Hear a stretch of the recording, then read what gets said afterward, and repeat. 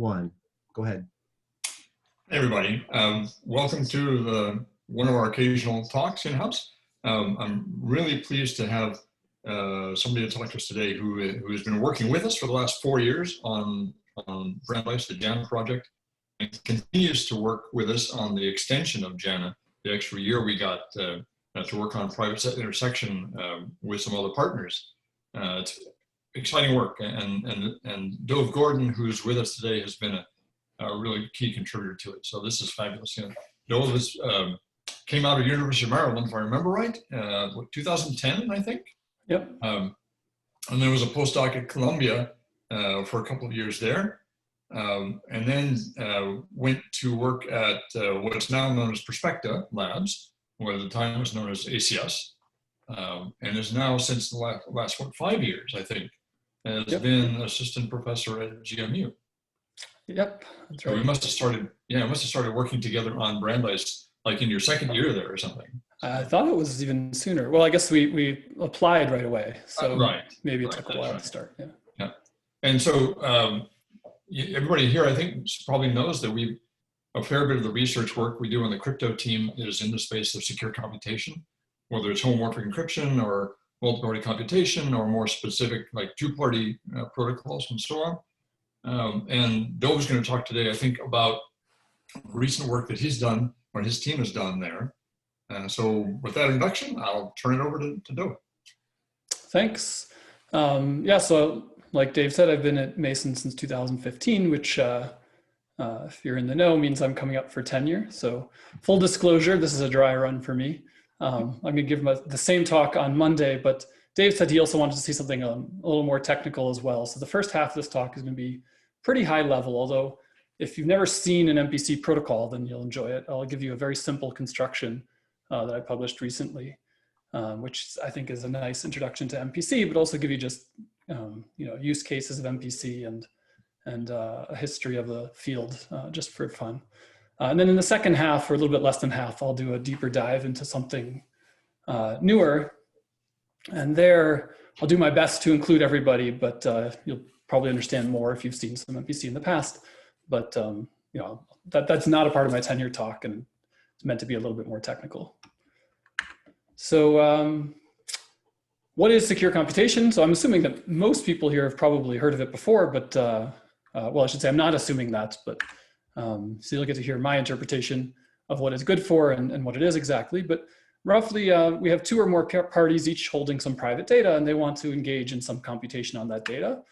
But they don't want to reveal their inputs or anything about their inputs beyond what's learned by the result of the computation. So you can kind of imagine they have a trusted third party, but they give their input to this trusted third party to compute for them, but now we want to remove that party. There's nobody we trust, and so we want to replace this trusted party with an interactive protocol that gives us the same outcome. So I'll be giving concrete examples in the next few slides.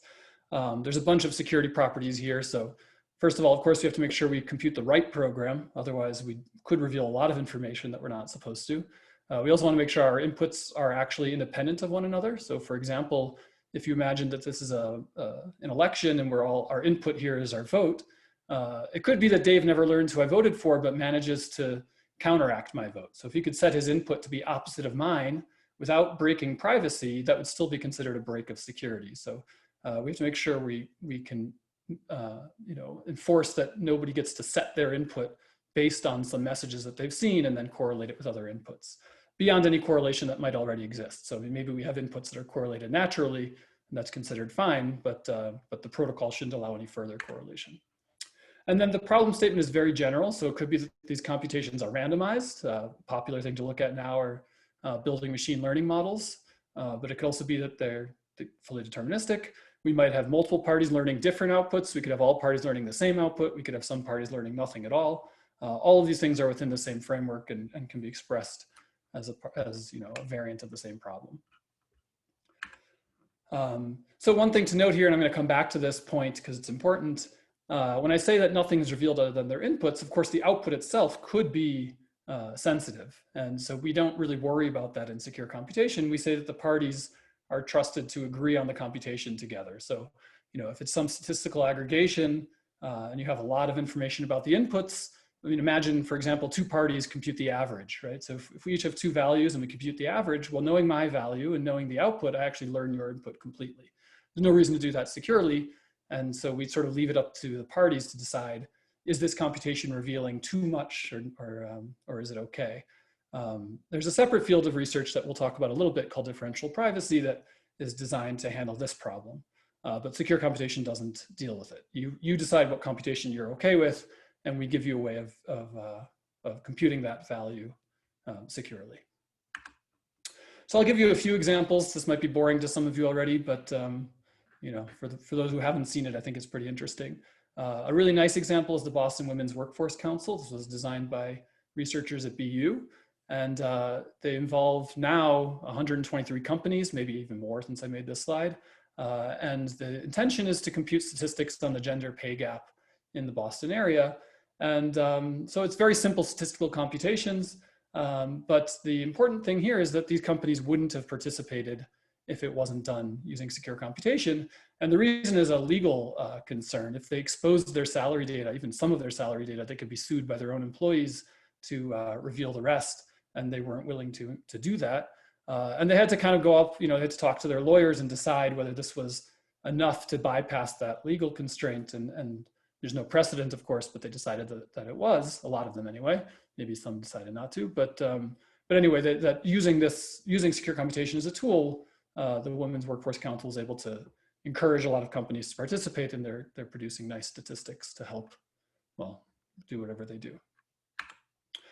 This one you guys probably know about because you're working on it yourselves, but there's a Senate bill that maybe someday will see the light of day, but it's calling for the construction of a database specifically using secure computation and differential privacy as tools to help students figure out the value of their degree before they commit to going to a university.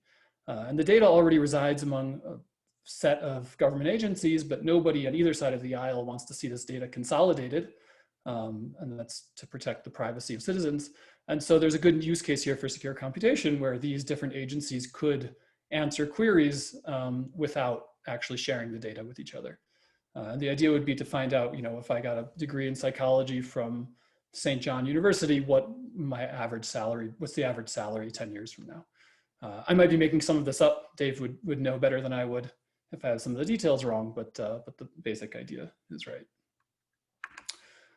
This one I think is very, very interesting because it's an example where arguably privacy enhancing technologies are privacy reducing. Google here holds data on which ads users have seen, and MasterCard holds data on which products users have purchased. And so they're now actually using secure computation to compute the intersection and some computation on the intersection in order to better determine the value of different advertisements. And here, neither company probably would have done this if they had to share the data in the clear. And so secure computation is giving them an opportunity to learn more about us than they would have otherwise. And you know, there's lots of debates online, some of them quite public, about whether this is good or bad for privacy. My own feeling is that you know, maybe bad in the short term, but seeing large companies like Google embracing something like secure computation is a step in the right direction. But anyway, it's an interesting example whether you like it or you don't like it. And it's the first example I know of a major company implementing MPC. And finally, one last one, which maybe people haven't heard about. This is one of my favorites. This is an old example. It's the first example I know of secure computation. It predates the general formulation, which came in 1982. And if you recognize the acronym of the authors here, this was the same RSA that developed the encryption scheme just 1 year or 2 years before this. And what they sort of a cute paper they published internally at MIT asking whether we could play mental poker over the internet. It was mental poker. Think about postal chess where I mail my chess move to you and you mail yours back. It's the same thing, but now poker is a much harder game because we have randomness, so we have to ensure good randomness. So I'm not going to let you deal the cards to me if you get to pick the ordering of the deck. We also have privacy. I have to make sure you don't know what I have. It looks like a really cute academic exercise, but if any of you do play poker online, I sometimes do. If you think adversarially, you're probably convinced like me that any poker house is fixing the deck. And the reason is because the way they get paid is by, they take a percentage of every pot. And so they do best when the pots are big. They don't care if I win or lose. That doesn't make a difference to them. But if they can get 2 people betting at the same time, they should take home more money. And the best way to get a big pot in poker is to have what's called a bad beat. So if I get kings when Dave gets aces, we're both going to be in for a lot of money. So I can't imagine why any poker house wouldn't do this. It's sort of like fixing you know, slot machines, right? We know that they do that. Unless there was some independent body that was auditing them, which there certainly isn't, seems like an obvious thing to do. So, you know, I don't think anytime soon we're going to see MPC deployed for this use case, but I think it's an interesting one. So that takes me to some history. I want to talk a little bit about the history of MPC, which will help frame the context of my own work. You know, the Caesar cipher is thousands of years old. And from then until now, or until 1976, things were essentially heuristic. So we had block ciphers. They weren't called, well, maybe they were called that, but you know, they were sort of built in ad hoc ways without any real formalism behind them. And then Diffie-Hellman invented key exchange in 1976. And that was the first realization that we can, well, at least by the public. So it turns out slightly before this, the British intelligence agency had similar ideas, but until the 70s, it was the 70s were the first time we realized that we can build things like one-way functions and formalize security. And not only that, but build things beyond encryption. So the first formal statement of secure computation followed this mental poker question 3 years later. This is by Andrew Yao, who gave the first results. So his construction of Yao's garbled circuits, which are still the basis of a lot of MPC implementations today. 1986, GMW generalized this to multi-parties. This is really interesting because that's when we first saw zero-knowledge proofs. So they designed zero-knowledge proofs in order to enforce honest behavior in MPC. Zero-knowledge proofs are now almost a household word because of cryptocurrencies, but actually originated from MPC. And then in 1991, the community sort of coalesced around one security definition. There have been a few things floating around before that which weren't really right. And the simulation paradigm, which I won't talk about today, but the way we define security in MPC was finally sort of fixed in 1991, although there's been changes and updates, but I won't go into that. And then the rest of the 90s were spent on foundational questions. So there's lots and lots of different twists on the same problem. What if the adversary corrupts most parties or all parties but one? What if they can only corrupt a minority of parties? Can they corrupt on the fly, or does it have to be up in front? What about with cryptographic assumptions, without cryptographic assumptions? If you have a broadcast channel or you don't? What if you don't have a complete communication graph? What if you're running concurrently with other programs? All these different variants were poked and prodded for the remainder of that decade and even beyond. Some of these foundational questions weren't really resolved until the first decade of the 2000s. But basically that's what was going on in the 90s and the early thousands. And then in 2004, we saw the first implementation. And from then until now, although there was still some foundational work, some of it very important, the majority of work in MPC was on concrete performance. And 2017 is when that Senate bill came out that I mentioned earlier. Other things around then is 2018 was the Google implementation. GDPR in 2018 has certainly gotten people, even in the US, thinking that we need these kinds of tools around the corner before it's not long before people are seeing it as a necessary thing for data privacy. Implementations over that time in the last 15 years have gotten to be about 1 million times faster, which is pretty impressive. And so all these things together, obviously at the same time, and the correlation of these things that have helped drive all these applications that I showed you before, the fact that it's fast enough, the fact that data is everywhere more prevalent than it was back then and being used in lots of different ways, the fact that governments are now starting to regulate the way we can use user data, all these things are coming together at the same time. And also the explosion of machine learning and the utility we're getting out of the data. So that brings us to where we are today. And when I was a graduate student, I did some foundational work. It was sort of picked a few problems that hadn't been noticed and got some nice results there. But then since my postdoc, or in my postdoc, I turned towards this part of the research direction, focusing on concrete performance. So that's what I'm going to talk about today. So I'm only going to talk about stuff I've done in the last 5 years, because like I said, I'm concerned here about getting tenure. Here are the basic categories of work I've done in the last 5 years. I'm not going to talk about all of them. I don't really have the time. So I'm mostly going to talk about things in these two categories. So security relaxations that help improve performance, and improvements to large-scale MPC, where we're talking thousands or even millions of parties. Most of that time I'm going to spend here, at least in the first half of the talk. So in the second half of the talk, I'll talk about the large-scale computation.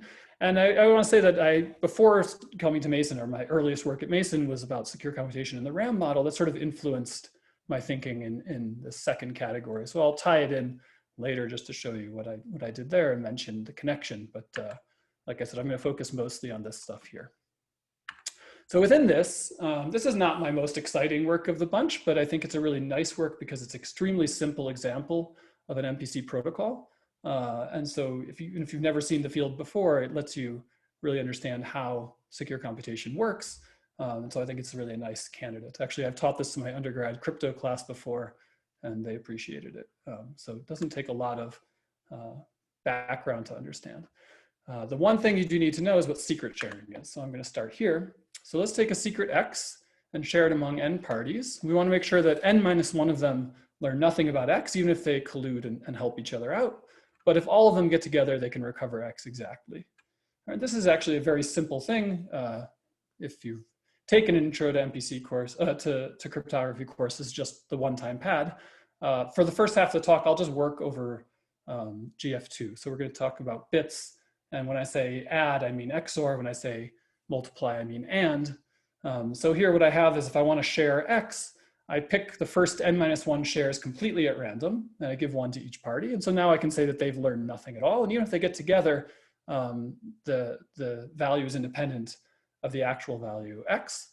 And then I just set the last share by XORing X with the previous shares. Okay, so X, the value I'm secret sharing is just the XOR of the n shares, but if you take any n minus one of them, you can see that they're independent of the actual value. And the last share together with the first n minus one fully determines the value. Okay, it's a very, very simple construction. It also doesn't require any cryptography. So far there's nothing here that needs one-way functions or pseudorandom generators or anything like that. And what can we do with these things? Well, it turns out we can do a lot with them. So let's suppose we have a share of X and we have a share of Y. And let's also consider a public bit B. So here are the operations I can do, again, without any cryptography. If I want to share, I want to figure out a share of X plus Y, or X or Y, then locally, each party just XORs their own two shares. And it's just a simple algebraic manipulation. I'm just using the commutative property here of XOR, and you can see that we end up with exactly shares of X XOR Y. Okay, so no communications even needed. I just take my two shares and XOR them together. You take your two shares and XOR them together. And what we have is a sharing of X plus Y. And something similar works here with other computations using this public bit B. So if we want to multiply by B, everybody just takes the AND of their own bit with B. So if B is 0, then everyone ends up with a share that's 0, which is a sharing of 0. And if B is 1, then everyone takes their original share and they end up with a sharing of that's unchanged, which is the same as X and B. This is kind of trivial and uninteresting. But we can also add the constant value B, just have the first party flip their bit. So if B is a 0, sorry, they don't flip their bit, they XOR with the bit. So if B is 0, then they leave it unchanged, and you end up with exactly X plus 0. And if B is 1, then they flip their bit, and they end up with exactly X plus 1. Okay, so these are all sort of trivial observations. And now what do we do to compute? Well, remember our goal here, we've agreed on some computation. So this might be the mental poker program. This might be the statistics that were used by Boston Women's Workforce Council. The first thing we do is we represent that computation as a circuit. Okay, so any program can be compiled into a circuit of AND and XOR gates. All of this, by the way, generalizes to larger fields. And now each user is going to, once you've compiled this into a circuit, each user holds some of the input values to that circuit. Right? I hold the input wires that correspond to my inputs. You hold the input wires that correspond to yours. So the first thing we do is we secret share our inputs with all the other parties. Now none of them none of them learn anything except their, what they already knew, which was their own input. And all of us hold a secret share of every wire in the circuit. And what we do is we walk through the circuit maintaining the following invariant. If we have secret shares of input wires to a gate, we want to compute secret shares of the output wire of that gate and then continue. And if we do this all the way through the circuit, what we get at the end are secret shares of the output wires of the output wires of the circuit, which is the result we want. And we can just open up those shares and we learn exactly the result of evaluating the circuit without learning anything about the internal values. So let me demonstrate this for one gate. We already saw this. I'm going to do this in a two-party setting just to make it concrete. So party 1 holds x1 and y1, which are secret shares of x and y. And party 2 holds x2 and y2, which are secret shares of x and y. And they want to compute secret shares of z. So they want z1 and z2, but they should learn nothing about x, y, or z. And all they have to do, again, is they don't have to communicate here. Party 1 will just take x1, xor, y1. Party 2 will take x2, xor, y2, and those are their shares. We'll call those z1 and z2, and you can verify that that is exactly a share of x plus y. Okay, the hard thing, like I said before, is the AND gate, or multiplication gate, if you like. And here, we haven't seen anything yet that'll help us. And if you try doing the same kind of thing, you think about what you would need here to compute locally. Well, this on the right here is the thing we want to compute. And party 1 can compute this first thing, x1 and y1. And then party 2 can compute this last thing, x2 and y2. But we still have these things here in the middle, these cross terms that we don't know how to compute. And we can't just expose these values because then we reveal either x or y. Okay, so we need some way of computing these cross terms without exposing x or y. And here we're going to rely on something called multiplication triples. This is actually the basis for many MPC protocols, not all. We'll see a different one later in the talk that uses something different. But if you understand multiplication triples, then you actually understand many of the MPC constructions out there. So what is a multiplication triple? It's secret shares of 3 values, A, B, and C, that are chosen completely at random. So they have nothing to do with our inputs. You can think about doing this offline, in an offline phase the day before your computation. And they're secret shared, so nobody knows A, B, or C, but they're correlated so that C is equal to A times B. And again, in a Boolean setting where multiplication is just and. Okay, so let's suppose for the moment that we have these, and I'll worry later about how we generate them. So how do we do our multiplication gate? It's actually very simple now. A little bit of algebra is needed, but party I is going to send xi plus ai. So remember, xi is their share of the wire that's hidden. ai is their share of this multiplication triple. And they'll also send yi plus bi. Okay, so altogether, after everyone sends these around to everybody else, everyone knows x plus a and y plus b. But because a and b were private, it doesn't reveal anything about x and y. Okay, so everything still remains hidden. But now we have these constant bits, these publicly known bits, x plus a and y plus b. And remember that we know how to multiply by a constant. We know how to add a constant. Those are very simple operations. And so you can complete the multiplication this way. Probably I shouldn't walk you through the algebra, but so, well, okay. We take these 2 public values that we all just broadcast, we multiply them locally. And that's the same as this thing here. And then we can also all compute x plus a times our share of y. That's a public bit times a share. So I just take the and of this public bit with my own share. And we can do y plus b times our share of x. And you can see that if you subtract these off or add with XOR, subtraction and addition are the same, you can cancel out xy, ay, xb. We have an extra xy, which is great. We want that. And then we have an extra ab. And so now we just use our secret share of c. Remember, c is a times b to strip out that extra ab, and we end up with exactly a sharing of xy. All right, so that was probably too quick to follow, but probably enough for you to be convinced. Basically, the take home is you broadcast 2 bits, right? Well, shares of 2 bits, but we open up these 2 bits. We learn nothing about x or y, and from that we can compute secret shares of x times y. And that's everything we need now. So we've reduced the problem of secure computation to the problem of generating these random secret shared triple values. So how do we generate these random secret shared triple values? Well, here's a very simple idea. Let's suppose we have 3 parties, and let's make things real easy for ourselves. Let's say that they don't collude. and each is semi-honest. Okay, so semi-honest means they follow the protocol, but they're curious. So we want to make sure they don't learn anything, but we trust them to run the software we give them. And again, they're not going to collude with each other. So in this case, what I would do is I would have one party create these triples for the others and just hand them shares. And the other two will ignore, they won't talk to the third party for the execution. They'll just perform the computation, they'll get the result, and then they'll share the result with the first guy.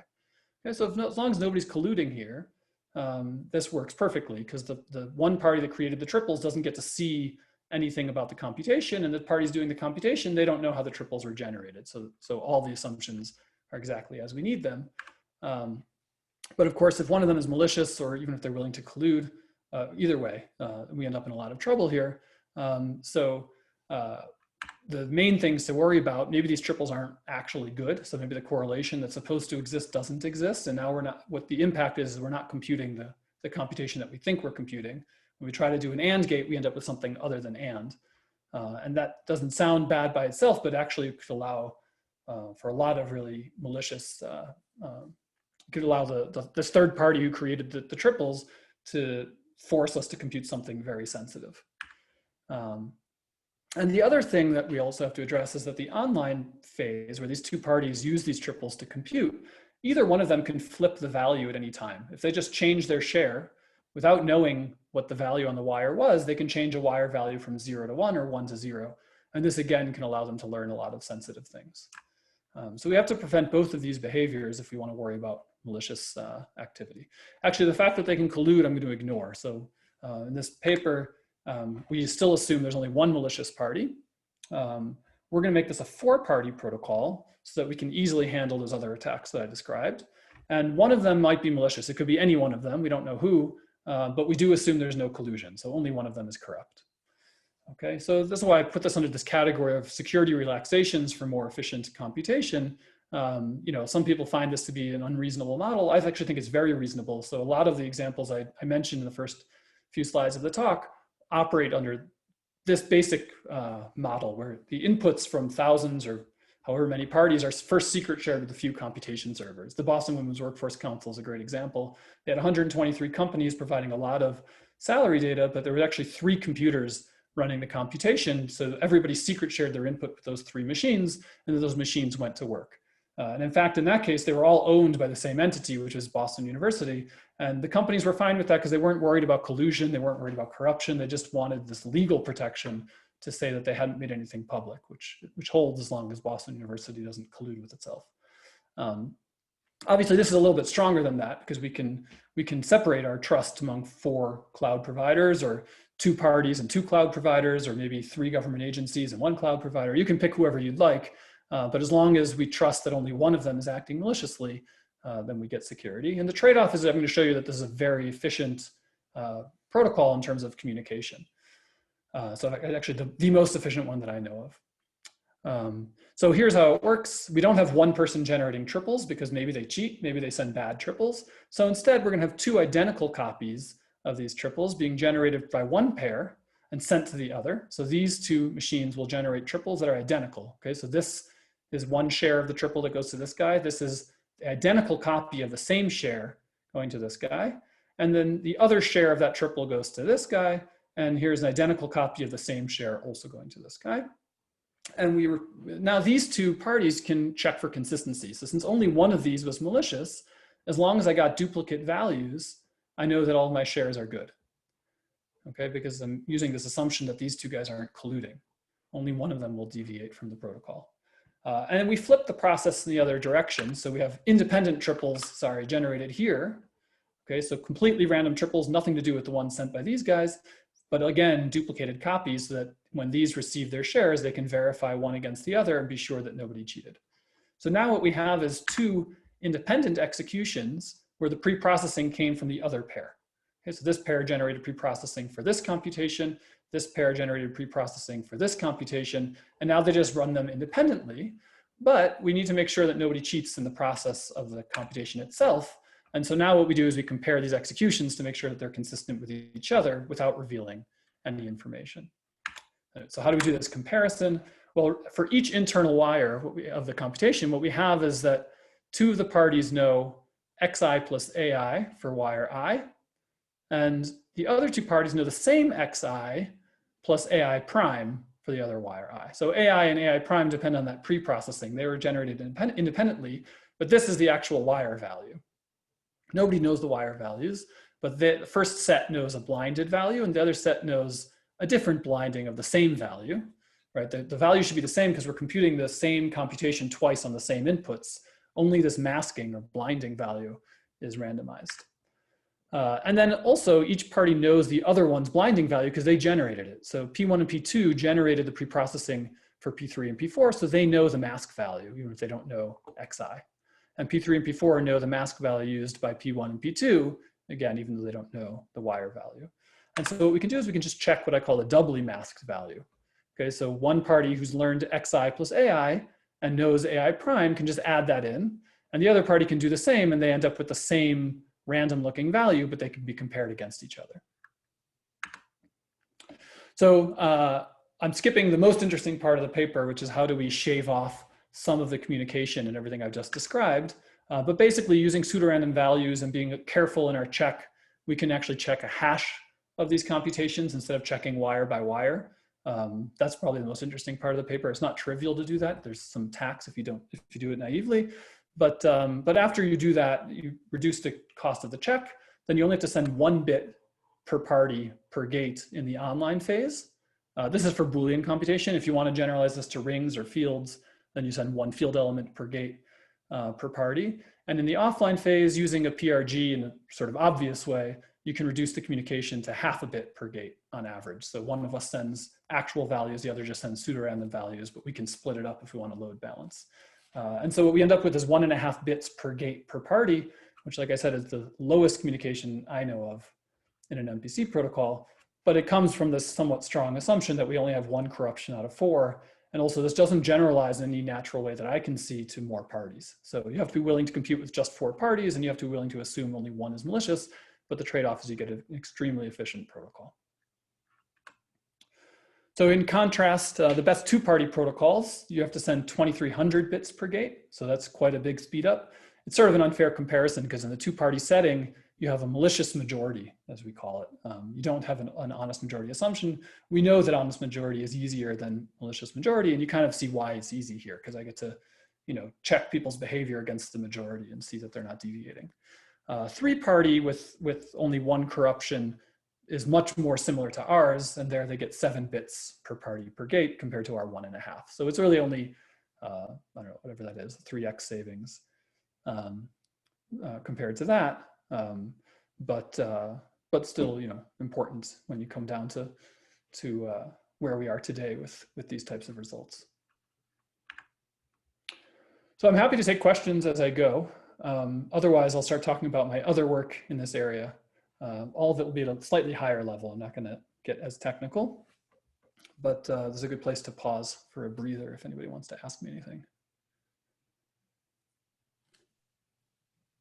I guess I have one quick question. You mentioned that the Boston Workforce Council case, the companies weren't worried about the university colluding with itself to unmask the data.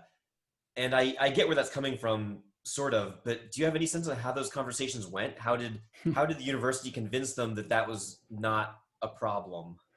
So I've only heard secondhand.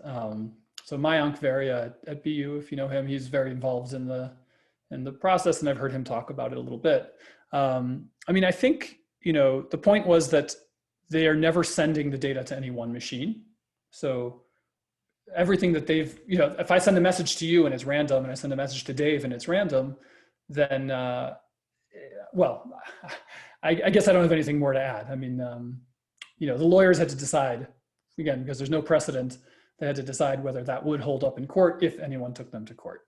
Right, so there's 2 levels of risk there, and they decided that it would. But quick comment. I think the computation was actually between BU and BWWC, not just in BU. Oh, is that true? I was okay. Yeah. I might be wrong. I thought that they ran all 3 servers.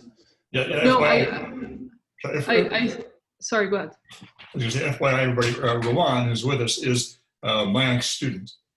Oh, okay. Nice to meet you. Yeah, and I've worked on the BWWC stuff. And oh, okay. Then I defer to you, so I take back what I said. Yeah. Anything else? No, a question for you. So do you have an implementation of the low communication protocol? Yes, yeah, we do. So it shows up in a different work, which I'll talk about next. Cool. But we implemented it for that work. This might really be applicable as you work on the PSI work and computation over PSI in the next few months. Yeah, that sounds really interesting. Yeah, if you can justify the corruption model, right? So that's kind of the big caveat. Right, understood. Right. Okay, cool. Something to keep in mind. Excellent. Okay, so if there's nothing else, I'll keep going. So this work is actually something I'm excited about all my work, but this one I really am very proud of. I think it took a lot more creativity on our part. I'm going to talk for a minute about differential privacy and how we use it as a relaxation to get better efficiency in secure computation. So before I do that, let me tell you what differential privacy is. It's a mechanism for arguing about data anonymization. So you have some data set and you want to release some information about that data set, but you want to protect the privacy of the data contributors. And the definition looks like this. Let's take any two neighboring data sets, and you can define neighboring how you want, but you can think of it as differing in one row of a database, or you can think of it as differing in one edge or one node of a graph. You can define it however you'd like. And then you release some function of the data set. So F is the function. It could be an aggregation, it could be a noisy graph, whatever it is. And you look at the possible outputs of this function. And for every possible output, I'm actually being a little simple here, but I think it gets the point across. For every possible output, you want to ensure that the probability of seeing that output from database 1 is almost the same as the probability of seeing the same output from the neighboring database, database 2. And what that says then is that whether or not my input was in the database, which would make it the difference between database 1 and database 2, the output is essentially the same. The output is randomized, but the probability of seeing this output is almost unchanged with or without my contribution. So that gives the individual contributor a guarantee that they're not really being harmed by contributing their data. And it's a statistical notion. So again, there's no cryptography here. Here's the canonical example. So let's suppose I want to publish a histogram of my data. And let's suppose that some adversary looking at this histogram actually knows everything about the data except for one input. Okay, so they're trying to learn what zip code I live in. And they know the complete makeup, the count of every zip code in the country with the exception of where I live. And so maybe I live in zip code 1, but if you add a little bit of noise and add a little bit of noise here, noise can be positive or negative. And so in other words, you change the count in each column by just a little bit. Then whether I live in zip code 1 or live in zip code 2, you can see that the difference is pretty small in terms of the amount of noise. It's almost as likely that I would have added a little less noise here and a little more noise here, in which case it might be that I lived in zip code 2 instead of zip code 1. Right, this is the basic idea of differential privacy as applied to histograms, but you can apply it to broader classes of things. So how does it compare to secure computation? They're really sort of orthogonal things. If you remember in the beginning, I said secure computation, we don't worry about what's revealed by the computation. We assume that you've decided what's safe to compute, but we tell you how to compute it. And differential privacy isn't really worried about how you get there. In fact, usually the most common setting is everyone just sends their data to this trusted party. The trusted party is the one responsible for adding the noise. So the how is actually just taken for granted. There's this trusted party involved. But the what is what it's concerned about. Is it safe to reveal this function of the data? And so, if it's differentially private, then by definition, it's safe to reveal this function. But the how then is left to someone else. Okay, so you can actually imagine combining these two things. There's a very natural idea here. Why don't we securely compute noise and add the noise within a secure computation, and then we get the best of both worlds. You have both the how to compute it and also a guarantee that the output is secure. But that is not what I'm interested in here. It's sort of obvious and a little too simple. I'm actually really still interested in efficiency of standard secure computation. I'm not concerned about the output at all still. Okay, so you decide what you're going to compute. I'm not going to worry about whether that's sensitive or not. But let's view differential privacy as a trade-off between utility and privacy. And in the context I just described, that trade-off is one of accuracy for privacy. Right? So the more noise I add, the less accurate the output, but the more privacy you get. The less noise I add, the more accurate the output and the less privacy you get. So we're also going to make a utility and privacy trade-off, but the trade-off is in efficiency rather than in accuracy. So our accuracy actually is going to be complete. Standard secure computation notion. The output is exactly the right output, but by adding noise to our computation, we're going to, let me say this instead. What we're going to do is we're going to allow something to leak in the process of computing. Okay, so we're departing from the standard notion of security in MPC, but we're going to bound the leakage by claiming that whatever leaks preserves differential privacy. Okay, so there's a trade-off here between privacy and utility. The more that we leak, the more efficient our construction becomes, and the less privacy the users will have. Okay, so we have a trade-off still just like you do in differential privacy, but the trade-off is in the efficiency of the protocol, not in the accuracy of the computation. And leakage is measured just like in differential privacy. The leakage is a function of epsilon and delta, which are your privacy parameters. So why, how do we do this? What does leakage give us to speed things up? Well, the leakage is going to be in the access patterns. So the nice thing about computing in a circuit model, which is what we did in the first part of this talk, is that it's always data oblivious. Your circuit doesn't change based on your input. Your circuit is fixed, and then your input comes later, right? So you don't have to worry about access patterns when you're computing in the circuit model. But the circuit model is slow, and I mean this even asymptotically, right? So having you compute in a circuit without random access to memory can actually slow you down by, asymptotic factors. The example I love to give is binary search, right? If I have to check whether X is in a set and I do it in a circuit, I have to check every single input, so I'm gonna have a linear scan. But if I can use random access to memory, I don't have to touch every value. I can, assuming the data is sorted ahead of time, I can just look at log n values and still get the answer. Computing in the RAM model is more efficient if we're doing it in the clear, but if you have to do it obliviously, it's more tricky, right? And this is the line of work I'm not going to talk about, but this is what led me to thinking about the second line of work that I am talking about. So I've done a little bit of work in secure computation in the RAM model. There's something called Oblivious RAM, which gives us exactly what we want here, a way of looking things up, in a random access way without showing what memory values we touched. And so that's what led me to think about ways of relaxing that and leaking something in the access pattern. So what can we do? With the basic idea is we're going to shuffle dummy inputs in with our real inputs. And then we're going to make all of our memory accesses in the clear. Okay, so we're not going to bother with oblivious memory access. We're just going to make sure that some of the values we touch were unnecessary. They're dummy accesses in the first place. And so what we get is some sort of statistical argument here. We're not going to claim obliviousness. We're actually going to claim that something leaks, but that what leaks is statistically bounded using the definition from differential privacy. And what we find is that we can, for certain classes of computation, so this doesn't end up being fully general, though you can talk about the general problem here. So you can think about differentially oblivious ORAM, which is a problem I've thought a lot about without a lot of success. But that's not what we do here. So instead what we do is we take a class of computations. It turns out to be a pretty broad class, which is nice. And then we're able to save a log n factor when compared with computing a fully oblivious variant. So, okay, so I'm not going to go into the details of that construction, but I will just say that we then took those two results and combined them in a very nice way. So looking at the same class of computations and then putting it into the four-party model where we get the saving on communication, there's a few other nice things that fall out from that. So the main cost, I think it's the main cost in our protocol is this dummy, oblivious shuffle of the dummy elements with the real elements. Okay, so an oblivious shuffle is n log n communication and computation. And by moving to the four-party setting, so I should say you can do it in linear time.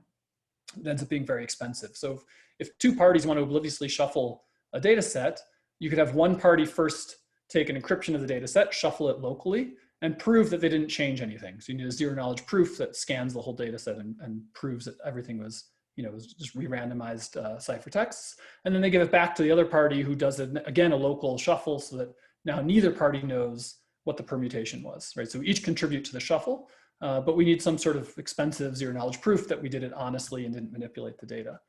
By moving to the four-party setting, and again, with this assumption that only one party is corrupt, we can get a very efficient linear time shuffle.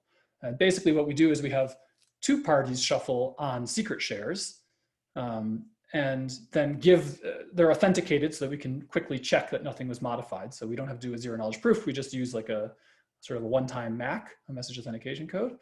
Two parties will shuffle locally and then hand the data to the other two, who will shuffle together as well. And then they all check that nothing was changed by using a very simple linear combination. So we get as a very efficient linear time shuffle among four parties, as long as at most one is malicious. And that lets us shave another log n factor off our computation time. So MG18 is the first paper on differentially private relaxations I just talked about. That's my first work in this area. And by moving to the four-party setting and having this new linear time shuffle, that alone saved us about 140x in communication. It's basically, I mean, it's a log n factor. So if you figure we have about 1 million items, I'll get to the experiments in a moment, but figure 1 million items, so that's like a 20x factor. But then there's some constants involved, and how we get from 20 to 140, where that 7 comes from, is in the details. I don't remember, but the bottom line is it saved us 140x, and we don't have to do the oblivious execution of the shuffle circuit anymore, because that's all just local operations now. It's just shuffling in the clear on secret shares, so we save about a 540x on AES calls. And then the other thing we did in this work is we extended that four-party protocol. So that's the first thing I presented here.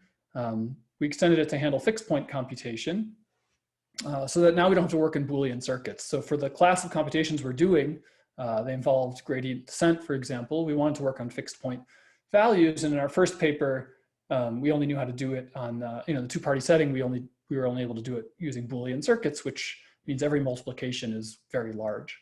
Now we can reduce these multiplications to just single elements, or 1.5 elements per gate. So our fixed point computation is about 20 times faster than the best one in a three-party setting. So we now have a nice fixed point computation in the four-party setting. And getting rid of these Boolean circuits gave us another 370-fold, well, not 370 times less than what I have the line prior, but in total, maybe 500x savings in communication. So here's an example of what we can compute. We have very conservative privacy parameters here, and then we consider relaxing them in the paper. So the differential privacy community usually takes delta to be something like 10 to the negative 4, 10 to the negative 5. That really irritated me when I first noticed that. So I was insistent that we stick with what cryptographers consider secure, but I think that's probably, I've been persuaded now that that's probably, if you're doing keyboard prediction for texting, it's probably fine to take something less than 2 to the negative 40. But anyway, we'll stick with the conservative values here. So this is the paper, our first paper using differential privacy as a relaxation, and there's a trade-off here. We are leaking something, which we bound using epsilon and delta, but we got a computation on 1 million items down from 13 hours for the fully oblivious computation to 2 hours. But then using this four-party model where we have, and also, by the way, these are both semi-honest. Okay, so here we have one malicious party out of 4. Here we have one semi-honest party out of 2. So it's sort of apples to oranges, although I actually have I think in the right model, this is strictly better. But anyway, compare it how you'd like, we go from 2 hours to 25 seconds, which is pretty exciting. So we did the same thing on larger data sets just to demonstrate it. So at 20 million edges, we can do this matrix. So, by the way, sparse matrix factorization is what's used in recommendation systems. So this would be used for, Netflix prize or something. So 20 million edges in about 6 minutes, and histograms, which if you think about, say, the census data, so 300 million is roughly the number of people in the US, and we can do that in about 4 minutes.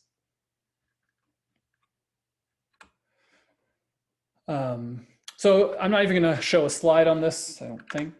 Oh, I did show a slide on this. Okay, I have one slide on this, but this is something that's currently in submission. Actually, this is with Mayank, and something I'm very excited about, but so far hasn't gotten a lot of traction, and I think it's a matter of selling it right. But once we realize that we can use differential privacy to speed things up, as a meaningful security relaxation, we wanted to look at where else we could do that.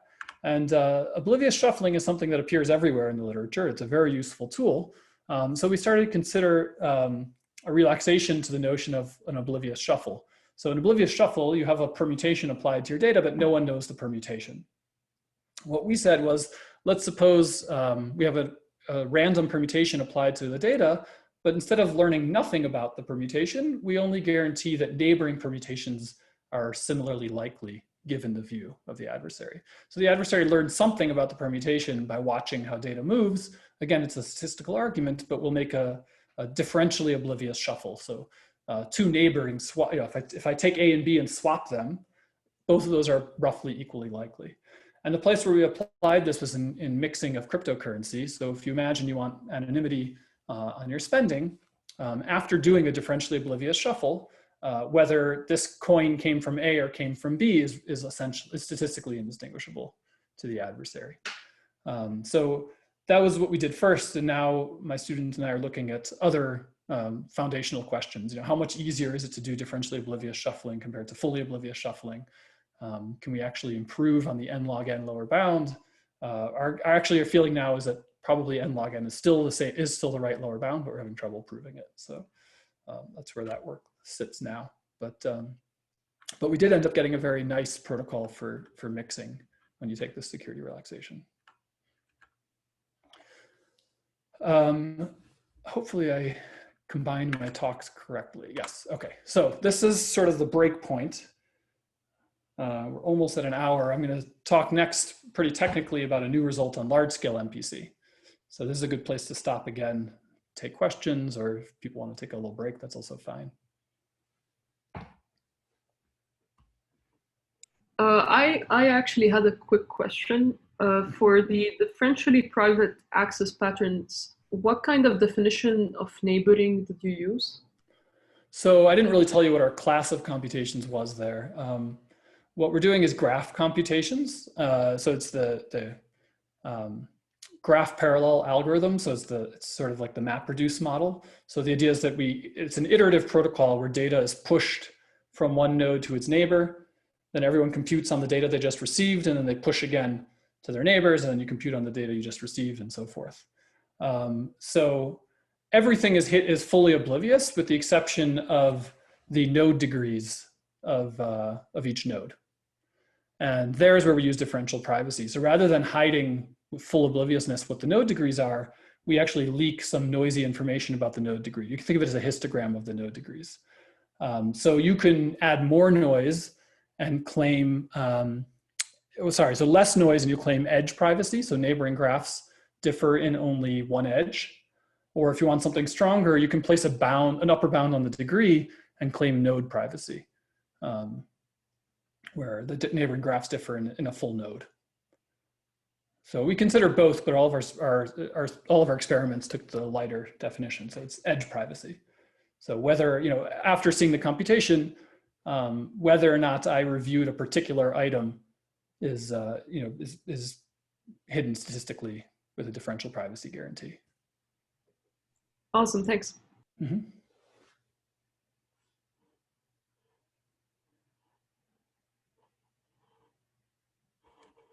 Oops. Well, should I keep going, or do people want to take a 5-minute break? I think I have enough time if people want to do that. I know an hour and a half is long for a talk, and the most technical part is probably still to come. I would keep going unless okay. people shout otherwise. Okay, so I'm going to switch gears and talk about large-scale MPC. There's a couple of nice works here that I did in this area, but the most recent one is just recently submitted last week, and that's the one I'll talk about. I think the one prior actually influenced this work a lot, so it actually helps to talk through both of these two papers, but in the interest of time, I'm going to skip this first one. So the problem statement, we're going to make, again, a slight security relaxation. So the common settings for secure computation are either you assume out of n parties, n-1 are corrupt and colluding. That's the strongest possible assumption, or weakest assumption, the strongest adversary you can come up with. Or you assume honest majority, which means that the adversary is corrupted at most n/2, or floor of n/2 parties. A few people other than us have looked at this even more relaxed setting where we're going to assume, say, 1/3 of parties are corrupt. I think it's a very reasonable assumption in most cases, and sort of justifies itself. But we're going to need that for our protocol. And under that assumption, what we give is a general MPC protocol where communication and computation both per party, so the cost for each party diminishes as n increases. So what that means is the more people you include, the faster your protocol. And so we actually argue, I mean, we obviously don't run network experiments with 1 million parties, but we actually, we think we could support 1 million parties and generate billions of triples in a second, with some engineering issues resolved. So this is the best asymptotic performance in existence that I know of. There's an asterisk here that I'll get to in a little while, and certainly the best concrete performance in existence. So we're not the first to achieve this sublinear property. I'll talk about a few different works. Well, I guess I'll talk about one work that does that. Even this isn't the only one, but this work has an extra log C factor where C is the circuit size. So I'll talk about why that arises later, but you can see our big contribution is removing this log C factor. I'll also talk through some folklore solutions, and we'll beat them by a factor of kappa. So kappa is the security parameter, it's a statistical security parameter, but the constant here matters. So, well, I'll get into exactly how much we beat them by down the road. And then also it's worth saying that we have an implementation of our protocol. The best prior implementation is not sublinear. So this is the first one I know of to be implemented that actually has this sublinear property. So the best one prior to this has an O of n factor in there worse than ours, which is important.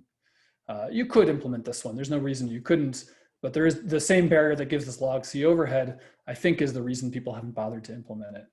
Basically, it doesn't apply to general circuits. So you need this extra log C overhead if you want to compile a nice parallel circuit into a general one. And so you have this separate step. Even if you built this protocol, you would also need to build a separate compiler that takes circuits and makes them amenable, which I think is why people haven't bothered. Okay, so again, I need to give you a little bit of background. Last time I told you about additive secret sharing. This time I'll tell you about threshold secret sharing. Probably a lot of you have seen this, but it's very simple. So if I want to secret share some value S among n parties where T are malicious, so I choose a random polynomial of degree T, and I just subject to the constraint that the 0 point is equal to my secret. Okay, so you can think of setting the 0 coefficient to S and then picking your other coefficients at random. And then I evaluate the polynomial at point I, and I give that secret share, the result of evaluating the polynomial, I give that to party I. So now any less than T plus 1 shares, you learn nothing information theoretically about the secret. It could be any polynomial. Well, the 0 term could still be anything. And if you have T plus 1 values, then you can fully reconstruct the polynomial and recover the secret. This is known as Shamir secret sharing. So one thing to note here that generally in MPC, what we want to do with these things is multiply our shares together so we can compute a multiplication gate. And that doubles the degree of the polynomial. So generally you need to have T less than n over 2, just so that when you double your degree, you still have enough information to recover the secret. Okay, so that's why these are usually used in honest majority protocols. So the same will hold here. Packed secret sharing is essentially the same thing, only you set more of the points of your polynomial. So now I have a vector of secrets of size L. L you can think of as being O of n, where n is the number of parties. And now I just set a bunch of my points to be those secret values. I mean, in practice, you wouldn't actually use these points because you want to use fast Fourier transform in your polynomial analysis, but ignore that for now. So you set a bunch of these points to be your secrets. And then again, you just simply send a single field element to each party. So actually the communication cost here is the same, but you get to pack in a bunch of secrets into one sharing. And so the same caveat here applies, only that it's slightly worse because now we actually have to leave a little extra room for the packing parameter. So now we actually need T plus L to be less than n over 2. And so if you take T less than n over 3, which is the example I'll work with, I mean, actually our protocol works for anything, bounded away from n over 2 by a fraction of n. But let's take T as n over 3. Then our packing parameter is n over 6. Okay, but the important thing is that it's going to be O of n for both. Okay, and let me say one more thing though about these secret shares. We're actually going to use both types of secret. Well, two types of secret sharing, the packed threshold sharing and also the additive sharing that I showed you at the beginning of the talk. So let's think for a moment about how you transfer shares. So Alice holds some value X and wants to share it with a committee of parties. If you have an additive sharing, so X1 plus X2 up to X kappa, you sum these up, you get X. The obvious thing is just send a value to each party, but there's a less obvious thing with hindsight, which makes a lot more sense, which is to use pseudorandom shares. So if Alice is going to have to send a lot of these values, she can just send one value to P1 and let everyone else determine their own shares pseudorandomly. So we assume Alice has established a secret seed with each party in the committee pairwise. So there's kappa secret shares, kappa PRG seeds. And now anytime Alice needs to send a value, she sends one value and tells everyone else, figure it out on your own. Right? So to calculate her share of X, she can compute the same pseudorandom shares. So to be more explicit here, if I want to share X, what I'll do is I'll first decide what X2 through X kappa are, what those shares are, pseudorandomly, and know that party 2 through party kappa will do the same thing. So without communicating, they know their shares, I know their shares. I use those to determine the last share. And this one I have to communicate because it depends on the value X. All right, so the first kappa minus 1 can be completely random, and the last one is determined by X. So I communicate just the last share. All right, so now the cost to send X is just one element for Alice. She just sends just X1. And by the way, we can rotate this. So if I have to send a lot of values, I'll send one real value to party 1. For the first sharing, first value I'm sharing, I'll send one value to party 2 for the second sharing. So on average, the receiving cost is 1 over kappa. Okay, because everyone else will just set their value deterministically, and one party has to actually receive a value from Alice. So she sends one value, one party here receives a value. The average cost to the committee is 1 over kappa. With threshold sharing, interestingly, this doesn't work. You actually have to send every share. You can save a little bit. So if you have points on a polynomial, you can fix some of them randomly, and then you have to correct the rest to sit on the right polynomial. Right, so I can choose my first n over 2 shares, or if there's a packing parameter, then it's slightly less than n over 2. But I can set O of n shares deterministically, and then or randomly rather, and then I have to pick the rest so that they lie in the right polynomials. But asymptotically, then what happens is you have to send O of kappa elements, and we'll just call it kappa. So there's no way here, there's no shortcut, in short. So additive secret sharing is much easier to transfer from one committee to another than threshold secret sharing, where you lose this kappa factor. Or kappa is the size of the receiving committee. Okay, so let me go into this construction and show you, through that, I'll show you how we get to our own construction. So this is going to go back. For the moment, I'm not going to talk about sublinear MPC at all. I'm going to go back to Damgaard-Nielsen, which is the foundation for a lot of current, modern MPC protocols today. I'm going to give you a one-slide description of their protocol. So X is a degree D Shamir sharing. Okay, so think of this as evaluations of a polynomial where the 0 of the polynomial is X. Okay, and the degree of the polynomial is D. So there's two phases here, online and offline. Just like before, we had these multiplication triples, but now we're not going to use multiplication triples. We're going to use what's called double sharings. Okay, so these are random share. This is a sharing of R, but shared two ways. Once in degree D polynomial and once in a degree 2D polynomial. And these are the values we want to compute on. So we hold some wire values X and Y, and we want to compute shares of X times Y. Okay, so I'll tell you how we get the pre-processing afterwards. Let me first describe the online protocol. So we assume, we just take for granted that someone established these values for us.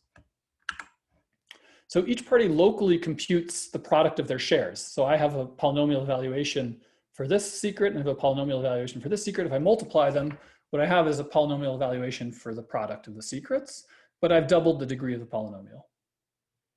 So the next step is to try and reduce the degree again, so back to D, so that we can continue our computation. Okay, this is sort of fundamental to MPC protocols. And the way it's done, if we have a sharing of R, also of degree 2D, we can subtract it off and send our shares to a central party. This is not a trusted party. This could be any one of the members of the computation. And they now can reconstruct XY minus R, which is a blinded value, right? It's kind of like what I showed you in my protocol earlier. If you don't know R and then you don't know XY. Okay, so what they learn is a constant value of public value xy minus r, and they can send back a degree d sharing. Sorry, they send back this public value, and now because everyone has a degree d sharing of r, they can compute a degree d sharing of xy. Okay, so given this public value, you can add a public value to your secret share, and what you get is a degree d sharing of xy minus r plus r. Okay, so it's a very simple online protocol. We'll get into the cost in a moment, but let me tell you about how we generate these double sharing. So what we need is a sharing of R two ways, and we have to make sure that nobody cheats. It shouldn't be that, you know, R is different from R here. We shouldn't have R prime in R, and they should be random. So nobody should know what R is, and we should know that it's uniformly distributed. So the trivial idea, which is not efficient enough, is that each party shares a random value twice. So party I shares Ri prime two ways. And after we've all received those, we just add them up. And then what we get is a uniform value. Whoops. So, you know, there should be, hopefully everyone understands that if we take, even if n minus one parties were malicious, as long as one of these values is randomly generated, the sum will be randomly generated. So if we sum up the Ri, what we get is a uniform R. And if we sum up these Ri, what we get is a uniform R. I guess I'm brushing over the question of whether they're consistent, and we'll deal with that in a separate way, which I actually won't talk about today. But that's done by checking polynomials that they're the right degree, basically. The problem, though, is that this isn't efficient enough. So everybody here, if you notice, they're sending a secret sharing of these values. That means they have to send 2n values per party. If we sum them up, we get one random value. So now we're communicating O of n field elements to get out of it what we need for computing one gate. Right? So that's actually worse than what we want by a factor of n squared. I want to actually compute less, 1 over n per gate, and this is actually going to be n communication per gate. And so Damgaard-Nielsen noticed, this is the big contribution of their paper, that you can actually get much more than one random value out of these sharings. There's no reason to sum them up once. You can sum them up repeatedly using different linear combinations. So this is a publicly known Vandermonde matrix. The reason is Vandermonde is more than I care to talk about here. But by using this publicly known matrix and taking linear combinations of these shared values, you can extract H, where H is the number of honest parties. So in their case, n over 2 random values instead of just one random value. And it saves them a factor of n in the communication. So here's the cost. Everyone has to send 2 secret shares here. That's a 2n communication per party. Right, so I'm going to do the per party cost everywhere. So everyone has to send 2n values to every, because I have to send a share to everybody. But out of it, we get encodings of n over 2 values. This is just a local computation. There's no communication here. I just perform this on my own shares to get shares of h different random values. Okay, so after doing that computation, what we get is n over 2 random values that we can use in the online phase. And then in the online phase, everyone has to send a single value to the dealer. The dealer has to send n values back, but you only have to be the dealer 1 over n times, right? So we'll rotate who's the dealer so we can share that burden. So on average, what we spend here is 1 value per party. Sending is 1 value per party. So the total ends up being 6 field elements per party per gate. Okay, so 2n communication, that gives us n over 2 values. So that's 4 field elements per gate. And then 2 more in the online phase gives us 6. So that's great. That's constant communication. So here in Damgaard-Nielsen already in 2007, adding more parties didn't hurt. Okay, they were able to get, I only have to send 6 field elements per gate no matter how many people are involved. But it doesn't reduce, it's not reduced. I want to actually improve communication as we increase the number of parties. And so the answer is actually trivial. Let's just pack everything. Okay, so instead of having a single value in the secret sharing, we're going to have O of n values in the secret sharing. The Vandermonde multiplication is still just a linear operation on these secret shares. And what you end up with is, for communicating the same amount, you get now O of n squared encoded values instead of O of n encoded values. All right, so you lose a little bit of a factor here, a constant factor, because the packing parameter, if you remember, was n over 6 when you have n over 3 corruptions, but all of it asymptotically is as written here. for 2n communication, you get O of n squared double sharings, which each one allows you to compute one gate. And then because everything remains packed here, you communicate a single field element for doing this multiplication. You send back a single field element, but you're computing on n values in parallel. Okay, so they actually save, they get a communication now per party per gate of 1 over n, right, which is great. That's exactly what we're looking for. The problem is in this parallel computation here. So what do you do with packed values? So what they do is they say, well, let's just compute on packed values, which is great if you have, let's suppose you had L copies of the same circuit in parallel. If you want to do the same exact computation L times, then you could just imagine encoding your inputs in slots in the packed values. You put your input for the first circuit in the first slot and your input for the second circuit in the second slot. And now you just compute it in parallel, and this log C factor here disappears. You don't have to worry about it.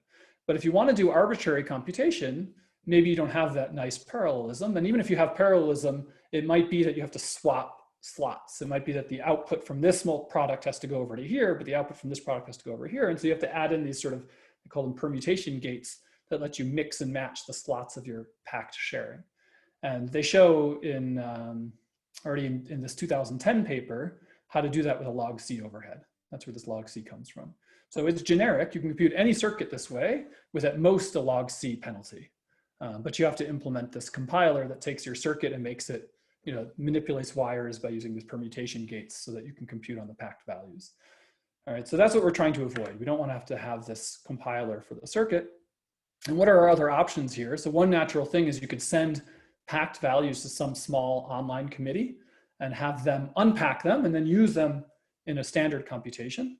But there's two problems here. So the first problem is if your degree D sharing is a threshold sharing, you can't really reduce your corruption threshold, right? So I have to assume that my committee is as the same corruption threshold as my original set. And that introduces a log n factor here. And I think it's actually, I don't know what the constants are. I mean, this has appeared in old work by Bracha on committee-based computations. I haven't seen anybody work through the constants. I've certainly haven't seen anybody use it. It might not even be log n, it might be polylog n. I've seen it cited that way, although to me it looked like log n.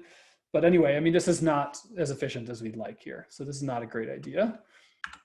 The other idea is, let's say we just unpack these values, and I'm fudging things here a little bit because it's not clear what it would mean to unpack these double sharings of R, but I mean, getting ahead of myself a little bit, we're going to instead use triples. And so what you might do is unpack these triples into additive sharings and then send them to some small committee. And so let's imagine we could do that. Forget what's packed in there for a moment. Let's say we could unpack the values. So from our, C over n, where C is our circuit size, we had C over n sharings before. We're going to expand them into the full set of C values and then send them to a committee for computing. But once you've unpacked them, you end up paying the penalty, right? So now to send, I have to send a single value for every gate, and I have a constant communication now per element. I've lost my 1 over n factor. The unpacking ruins the communication analysis. Actually, even more interesting is that if I want to receive on a small committee, if you remember my trick for transferring pseudorandom, using pseudorandom shares, transferring to a small committee actually costs more than transferring to a big committee, because I get to defer the cost of transferring. If you remember, it always cost me 1 element to send a share to a committee, and the cost of receiving is divided by the committee size. So I actually want to receive by a bigger committee. Here, this n over kappa is actually bad, right? This is actually, similar to n. So the bottleneck here is the receiving. So, if you actually unpack and send to the full network, which is counterintuitive, it took us a while to realize this, you still end up with constant communication per gate, but you improve the cost of receiving. You remove the bottleneck of having a small committee receive all these values from the whole network. So that is nice, but it's not enough, right? So we still want to get this, we want 1 over n cost, and we have constant cost. So what do we do instead? So, okay, we're going to get away from these double sharings of R. We're going to construct triples like you saw in the first part of our talk. And I'll tell you how we do that in a minute, but that's pretty trivial. It's just multiplication. So instead of doing the multiplication online, we'll do it offline to generate random triples. So we construct these packed triples. The cost is, again, just like in Damgard-Nielsen, or sorry, just like in the packed Damgard-Nielsen, we each have to send O of n elements here. So shares of A, shares of B, shares of C. But because they're packed and because we can use the Vandermonde trick, we're going to get n squared encoded elements out of it. And then, this is the really interesting thing in our result, we need to transfer these packed values to some committee or to somebody for computation.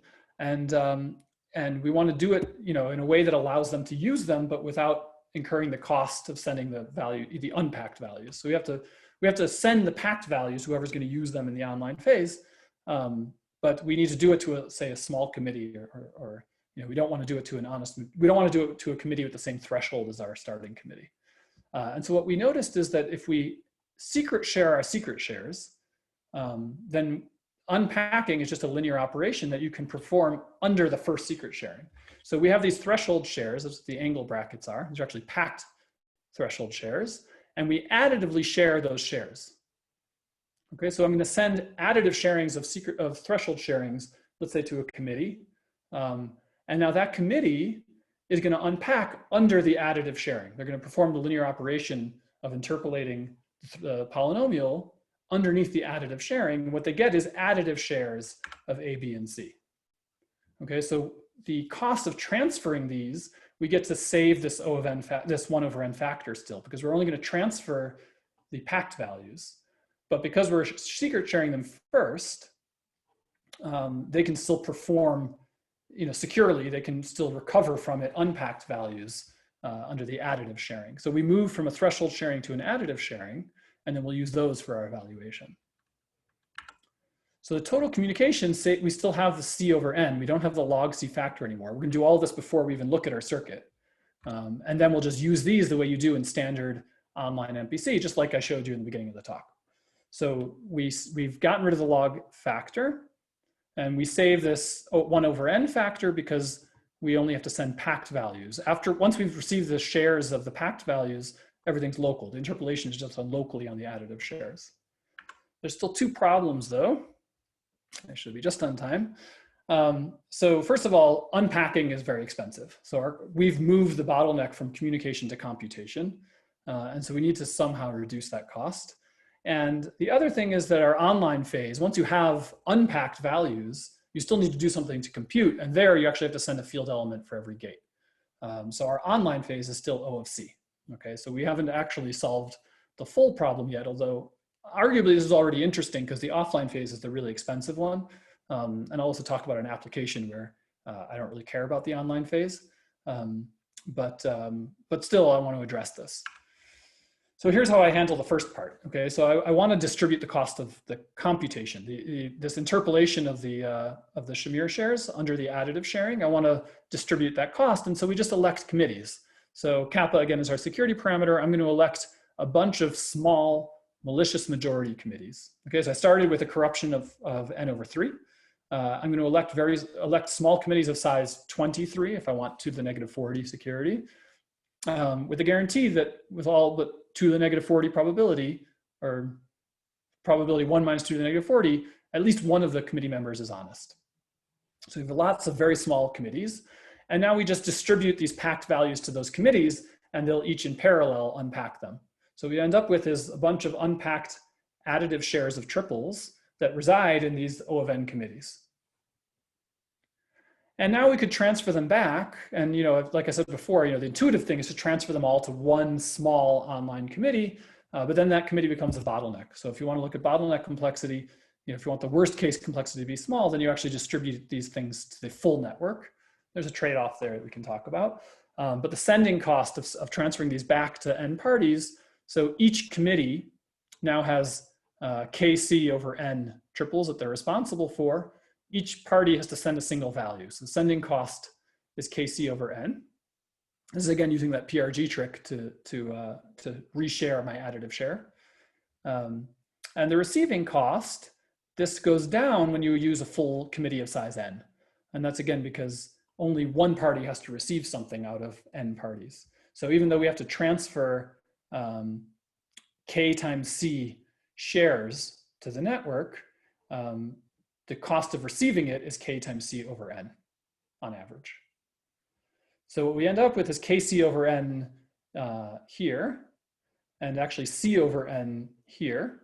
But the online cost is still O of C, which I'd like to address. Okay, but then here's a very simple idea. Let's not transfer those additive shares back to the full network. We're actually going to distribute our online computation as well. So we already have these small committees. Eventually, we want to compute some circuit C. We're going to chunk this circuit up and allow each committee to take a part of the circuit. And when you get to the boundaries of that chunk, you have to transfer your shares to the new committee. So we're going to stagger the computation. I mean, some of it might be parallelizable, but worst case, the very worst possible case for any circuit is that I have to send KC over N secret shares for my chunk to the next committee. So I do my computation with my committee and I send over KC over N shares so they can do their chunk, and then you keep going. And now the cost becomes KC over N for the online phase. And because we didn't have to transfer those triples anymore, we just hold them in the committees that did the unpacking, we have only C over N for the offline phase. So here's finally that caveat. If you want to look at the end-to-end runtime, we pay a factor of kappa here because of the committee size, something like 23, but we lose the log C factor, but that's probably also something like 23, and so maybe it's actually a wash. But actually the offline phase, we don't have that kappa factor in that transfer step. And so what I like to think about here is something like triples as a service. If you imagine Google forces us all to run this overnight, 10,000 phones in about less than 10 minutes could generate billions of triples. And then we could farm them out the next day as needed. So if you want to do a computation, might be malicious majority even, you come with your 3 parties or 1,000 parties or whatever it is, that committee, whatever committee happens to be available at the time can just transfer those to you. And I treat that as your cost. Okay, so if I only want to do triples as a service, the online phase is irrelevant to me. I can generate with this cost, which just saves that full log C factor, whoops, and I can claim, billions of triples very efficiently. Do I have time to put it all together for you? So here's the protocol end to end, just because I realized I, kind of dissected it a little bit too much. So first, everybody shares random packed values of A, B, R, and R again. And then we perform the Vandermonde multiplication. We do that on all of these. I've just only showed it for A, but we do it on all of them so that we can extract, there should be an H. We have, O of N different random sharings of A, B, R, and R. Now we do a multiplication of A with B. This is the same as Damgard-Nielsen, but on packed values. And what we end up with are secret shares of A times B. So now we have packed A, packed B, and packed AB, which are exactly the multiplication triples we need. We send additive shares of those packed shares to a bunch of small committees who are responsible for interpolating under the additive sharing. So we get rid of the Shamir sharing, and now what we have are additive shares of random multiplication triples that reside in these committees. And then we can do whatever we want with them. We can either do an online phase where we transfer the wires from the circuit from one committee to the next, or you can use them as triples as a service. But that's the end of the protocol. I didn't tell you about how we do the online phase, and I'll just say we use prior work for that. Once you have triples, there's very efficient constructions for the online phase. I did want to talk about this because it's interesting. I know I'm pushing up on time, but let's see what I can do. So here's a very simple solution that kind of makes everything look trivial and makes you wonder what we accomplished. What if we just elect a small committee and just run any honest majority protocol you'd like, or run any malicious majority protocol that you'd like? This already is sublinear. And the reason is a cheat, because most parties in the network now aren't involved. If I have 23 parties here running a malicious majority protocol like Speeds, the rest of the network, it might be 1 million parties, are just sitting by and watching, but they're not contributing any bandwidth, they're not contributing any computation, so it's really just sort of a waste of a free resource. And so the argument I should have probably made earlier, I reorganized this talk last night and thought that the other part made sense to come first, but throughout what we consider is what's called bottleneck complexity, which is the worst case cost. So you're getting to divide by n here because most parties are doing nothing, and it's kind of a cheat. If you look at the bottleneck complexity, these things are not sublinear. But there's sort of an obvious fix here. We could take any of these protocols and run them in committees. So what if I just use my favorite, Speeds protocol and make triples in committees, and then do the same thing I talked about, chunk up your circuit and compute the online phase that way. And that does work, okay? So that does give you the complexity you want. And this is where this transfer step comes in. the cost of sharing threshold shares between the committees in the online phase gives you this extra kappa factor. And that comes again to this inability to use pseudorandom shares. And you don't have that problem if you use speeds, but you pay an extra kappa factor just in triple generation, which we don't have to pay because we're doing it with this honest majority packed computation. So in both cases, what you end up with is something that's worse than us by a factor of kappa.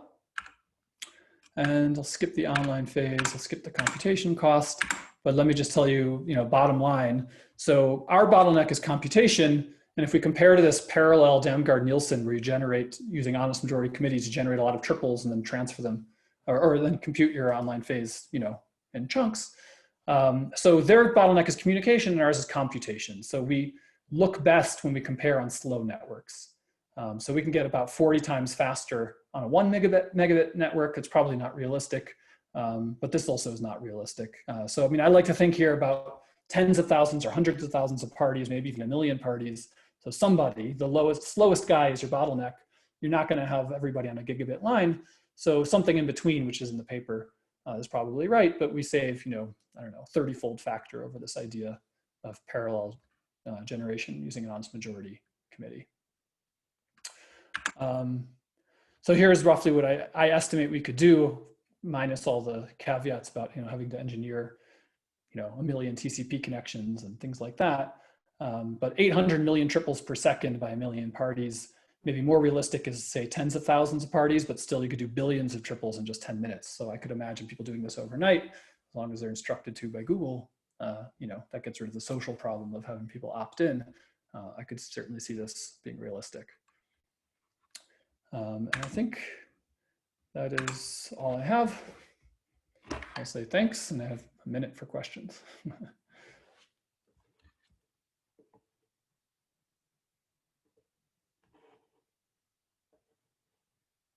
The quiet Zoom applause. No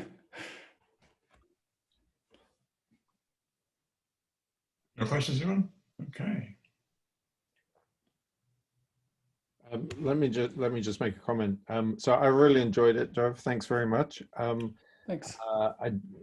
Even though I'm fairly familiar with the space, I did find myself a little lost at points. Okay, that's good to know. There are places where the detail I didn't track, catching all the subscripts and things like that. Is that true in the first half as well? No, much less so in the first half. Okay, that's good. Yeah, just trying to remember the detail. Yeah, so I figure that the second half is a bit of a reach. It's a little dense for just a half hour. I don't know if there's if you could add diagrams that may help. Yeah, I'll think about a better way of presenting it. So for example, on the randomness